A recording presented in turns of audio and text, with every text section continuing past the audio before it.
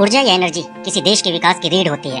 खाना पकाने, पानी की सप्लाई, कृषि, परिवहन और दूसरी जरूरत की चीजों को मुहैया कराने में ऊर्जा महत्वपूर्ण भूमिका निभाती है। भारत अपनी ऊर्जा आवश्यकताओं को पूरा करने के लिए विदेशों पर निर्भर है। इसके लिए कच्चे तेल की जरूरत का 5 मिलियन बैरल पर डे के हिसाब से लगभग 85% दूसरे देशों से आयात करता है। ऐसे में भारत को ऊर्जा के क्षेत्र में आत्मनिर्भर बनने के लिए तेल से इतर दूसरे स्रोतों का रुख करना होगा जो अक्षय हो। इस तरह के अक्षय ऊर्जा के स्रोतों में एक है बायो सीएनजी, जो एक अक्षय ईंधन है। यह बायोगैस को रिफाइन करके प्राप्त किया जाता है। बायोगैस का उत्पादन किचन वेस्ट, फसल वेस्ट और अन्य अवशेषों से तैयार किया जाता है। इस रिफाइंड बायोगैस को कंप्रेस्ड किया जाता है, जिसमें 90% से अधिक मीथेन यानी CH4 होती है। इसीलिए इसे ग्रीन रिन्यूएबल ऑटोमेटिव फ्यूल भी कहा जाता है। बायो सीएनजी का कैलोरीफिक वैल्यू 45,000 किलो जूल प्रति किलोग्राम से अधिक होता है, जो पेट्रोल के समान है। दुनिया के ज्यादातर देशों में ऊर्जा के लिए बायो सीएनजी का इस्तेमाल करते हैं।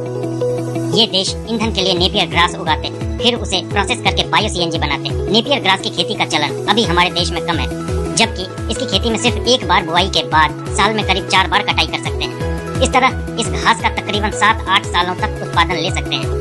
इसके लिए सिर्फ सिंचाई की व्यवस्था होनी चाहिए। यह फसल गन्ने की तरह होती है। पशुओं के लिए भी यह पौष्टिक मानी जाती है। पशुपालक इसे पशु आहार के रूप में भी उपयोग कर सकते हैं। एक्सपर्ट का मानना है कि नेपियर ग्रास से जमीन की उर्वरा शक्ति बढ़ती है, साथ ही ग्राउंड वाटर लेवल भी दुरुस्त होता है। इस घास से किसानों को सालाना 2 से 2.5 लाख प्रति एकड़ की कमाई हो सकती है। गोवा के पूर्व मुख्यमंत्री तथा पूर्व केंद्रीय मंत्री स्वर्गीय मनोहर पर्रिकर ने भी बायो सीएनजी के उत्पादन और इसके इस्तेमाल के लिए लोगों से आह्वान किया था।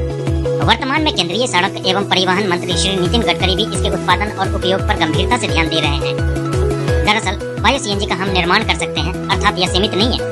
जबकि दूसरे प्रकार के ईंधन जैसे पेट्रोल, डीजल, LPG और कोयला भूगर्भ स्रोत से प्राप्त होते हैं और ये सीमित है, जो एक दिन खत्म हो जाएगा।